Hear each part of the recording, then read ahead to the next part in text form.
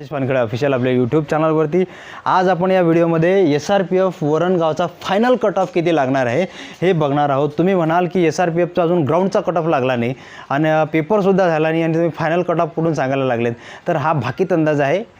आणि पेपर जर झाला नाही अजून तर मग पेपर कठीण येईल की सोपा येईल याच्यावरती पेपर याचा फायनल कट ऑफ डिपेंड करत असतो। तुम्ही आतापासूनच कशाला सांगायला लागले, तर पेपर एवढाही काही सोपी येणार नाही आहे की तो प्रत्येकजण सोडू शकेल आणि पेपर काही एवढाही कठीण येणार नाही की तो कोणी सोडू शकणार नाही। पेपर येत असतो आणि ॲव्हरेज ज्याचा पेपरचा अभ्यास होईल नसते त्याला पेपर भलतीसा कठीण वाटते आणि ज्याचा पेपरचा अभ्यास होईल असते तो पेपर कसाही येऊ दे तो पेपर मारतो, चांगला फोडतो। आपण त्याचा एक भाकीत अंदाज काढण्याचा प्रयत्न केला गेलेला आहे। बघा, तुम्ही जर ओपन कॅटेगरीमध्ये असाल तर तुमचा 97 प्लस ग्राउंडचे मार्क प्लस तुमचे मिनिमम 90 मार्क पेपरमध्ये असा करून 187 प्लस हा तुमचा कट ऑफ जाणार आहे, शक्यता आहे। कमी जास्त होऊ शकतो बरं का, हा भाकीत अंदाज आहे। SC ST VJ कॅटेगरीमध्ये जर का तुम्ही असाल तर तुमचे ग्राउंडचे मिनिमम मार्क 95 प्लस 85 तुमचे पेपरचा मार्क असं धरून 180 प्लस, विजेचा 95 प्लस 80 175 प्लस अशा पद्धतीनं कट ऑफ जाण्याची शक्यता आहे। प्लस तुम्ही जर का NT BC D कॅटेगरीमध्ये असाल तुमचं 95चं ग्राउंड मिनिमम असणे आवश्यक आहे, पण पेपरमध्ये तुमचे 80 प्लस 85 प्लस म्हणजे 180 प्लस असं 180 प्लस तुमचा NT कॅटेगरीचा कट ऑफ जाण्याची शक्यता आहे।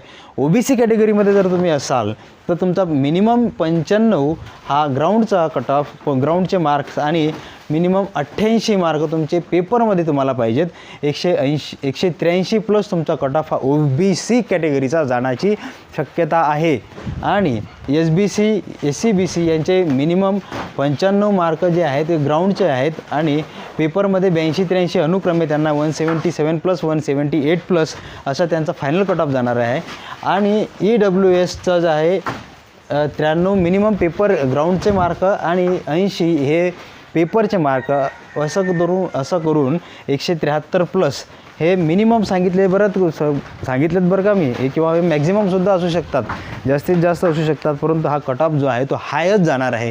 तुम्ही अशा गफलतीत राहू नका की आपल्याला ग्राउंडचे मार्क चांगले आहेत म्हणून पेपरमध्ये आपण कमी मार्क घेतले तरी चालतात, असा हलगर्जीपणा जर का तुम्ही करसाल तर तुमचा हातचा रिझल्ट चालला जाईल। याच मानाने ह्या पेपरमध्ये याचा जास्तीत जास्त जेवढा कट ऑफ आहे तो सांगण्याचा प्रयत्न केला गेलेला आहे। पेपर कसाही येऊ, पोरं चांगल्या पद्धतीचे टफ अभ्यास करून आहेत, तुम्हीसुद्धा अभ्यास करण्यामध्ये गफलत करू नका आणि पेपरमध्ये चांगल्या पद्धतीने मार्क घेण्याचे प्रयत्न करा, जेणेकरून कट ऑफ कितीसुद्धा हाय गेला तरी तुमचं नाव त्याच्यामध्ये असलं पाहिजे मित्रांनो, जेणेकरून ही सुद्धा संधी तुमच्या हातची गेली नाही पाहिजेत। आणि चॅनलवर का नवीन असाल तर चॅनलला सबस्क्राईब करून घ्या, व्हिडिओला लाईक करून घ्या। अशाच पद्धतीचे अपडेट्स जे आहेत ते मी या चॅनलवरती घेण्याचा प्रयत्न करत असतो। तब तक के लिए नमस्कार।